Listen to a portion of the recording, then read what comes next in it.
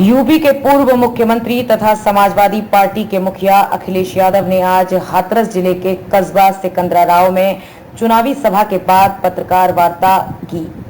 पत्रकार वार्ता में एक सवाल के जवाब में उन्होंने कहा कि प्रदेश में प्रतियोगी परीक्षा लीक होने से 60 लाख बेरोजगारों का भविष्य अंधकार में पड़ गया है। इससे 1 करोड़ 80 लाख परिवार प्रभावित हुए हैं और हिसाब लगाया जाए तो एक लोकसभा में 2,25,000 वोट बीजेपी का काम हो रहा है। इसलिए अब ये लोग 400 पार का नारा भूल गए हैं। उन्होंने किसानों की आय दोगुनी करने, बेरोजगारों को नौकरी देने के मुद्दे पर केंद्र सरकार की आलोचना की और कहा कि भारत तभी विकसित होगा जब यहाँ का किसान खुशहाल होगा। मुख्यमंत्री योगी आदित्यनाथ पर उन्होंने हाथरस कांड तथा अन्य कुछ मामलों को लेकर झूठ बोलने का आरोप लगाया। राष्ट्रपति द्रौपदी मुर्मू के सम्मान के बारे में पूछे गए सवाल के जवाब में अखिलेश यादव ने कहा कि वो पीडीए सदस्य हैं और ये लोग पीडीए के दुश्मन हैं, इसलिए उन्हें किसी भी सम्मान के स्थान पर नहीं बुलाते हैं। परिवारवाद के सवाल पर उन्होंने बीजेपी पार्टी पर हमला बोला और कहा कि उनका परिवार संघर्ष का परिवार है, सेवा का परिवार है। उनके परिवार जैसा नहीं है जो झूठ बोलता है, झूठे वादे करता है, समाज को बांटने, आरक्षण खत्म करने तथा संविधान को खत्म करने की मंशा रखता है। इससे पहले उन्होंने पालिका क्रीड़ा स्थल पर पार्टी प्रत्याशी के समर्थन में चुनावी सभा को संबोधित किया।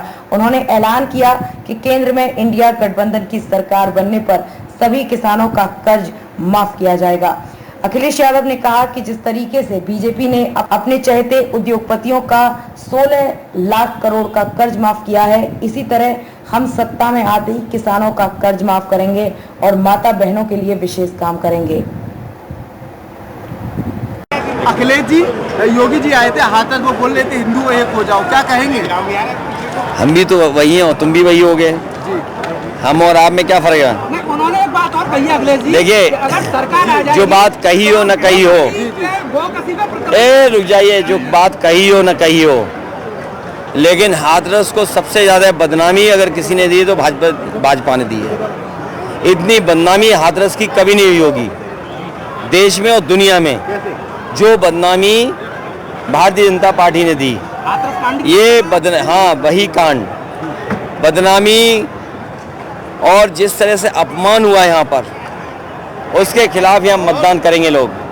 और सबसे बड़ा सवाल ये है कि किसानों की आय दोगुनी के बारे में क्यों नहीं सरकार कुछ बोल रही है। जिन नौजवानों को नौकरी देने की बात की थी, आज वो नौजवान बेरोजगार हैं।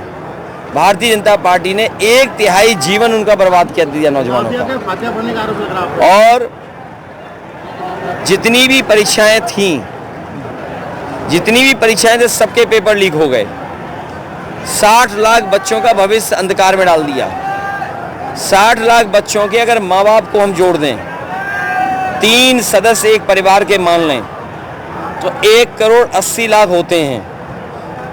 3 गुणा 60 लाख, 1 करोड़ 80 लाख। और 1 करोड़ 80 लाख का अगर हम 80 लोकसभाओं से भाग दे दें तो 2,25,000 वोट भारतीय जनता पार्टी का हर लोकसभा में कम हुआ है। इसीलिए उनकी भाषा बदल गई। जो 400 पार का झुंझुना लिए घूम रहे थे, अब कहाँ बोल रहे हैं 400 पार? जो गारंटी की घंटी बजा रहे थे, बताओ, गारंटी की घंटी जो बजा रहे थे, कहाँ है उनकी गारंटी? महोदय, एक बात बताएं, आपने जो 16 लाख करोड़ का कर्ज माफी का वायदा किया था, ये डेटा कहाँ से छूट रहे हैं? बहुत सिंपल है। आज के ज़माने में गूगल पे बटन दबाइए और ये कहिए कि भारत सरकार ने जो नियम बनाया था कि 5 करोड़ से ऊपर जिन उद्योगपति, जिन कारोबारियों पर बैंकों का कर्ज है, वो माफ़ होगा। और आप गूगल कर लें, हम आप सब खड़े हैं, अगर गूगल करके देखेंगे आपको सब पता लग जाएगा। 16 लाख करोड़, अगर ये 16 लाख करोड़ उद्योगपतियों का 10 साल में माफ़ कर सकते हैं, तो किसानों का कर्ज माफ़ करने में क्या दिक्कत है नहीं? और याद रखना, जो विकसित यात्रा की है, ये प्रधानों के पैसे से विकसित यात्रा हुई है। जिस दिन हमारा किसान खुशहाल हो जाएगा, उसी दिन भारत विकसित हो जाएगा। इससे पहले भी गठबंधन सरकार हुई थी, हत्याकांड हुआ था, उस परिवार के लिए अभी तक न्याय नहीं मिला है।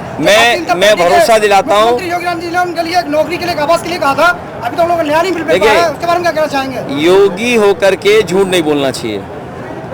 अगर कोई व्यक्ति योगी कहे अपने आप को, तो उसको सच ही बोलना चाहिए। तो न केवल एक परिवार, ऐसे बहुत सारे परिवार हैं। यहाँ कुशवाहा समाज के यहाँ हत्या हो गई दो न दोषी पकड़े गए, अन्याय हो रहा वो अलग, झूठे मुकदमे लग गए वो अलग, और उन परिवार की मदद भी कोई सरकार ने की। इसलिए हमने आश्वासन दिया है कि उन परिवारों की मदद करने का काम समाजवादी लोग करेंगे। मैं, मेरे पत्रकार साथी, मैं तो आपके माध्यम से और आपके माध्यम से जो स्टेटमेंट ये और जिस पे ये सवाल पूछ रहे हैं, मैं अपने दिल्ली के चुनाव आयोग से कहूँगा कि जिसने भी इस तरह की बात कही है उसके खिलाफ FIR दर्ज हो और उस पर कार्रवाई इलेक्शन कमीशन करे।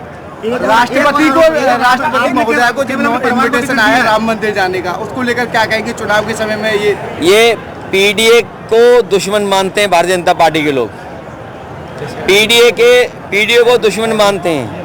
वो PDA परिवार के ही सदस्य हैं, इसीलिए उन्हें किसी भी सम्मान के स्थान पर नहीं बुलाते हैं। एक बार गठबंधन पहले भी हुआ था और ये गठबंधन दोबारा हुआ है, इससे क्या फर्क पड़ेगा?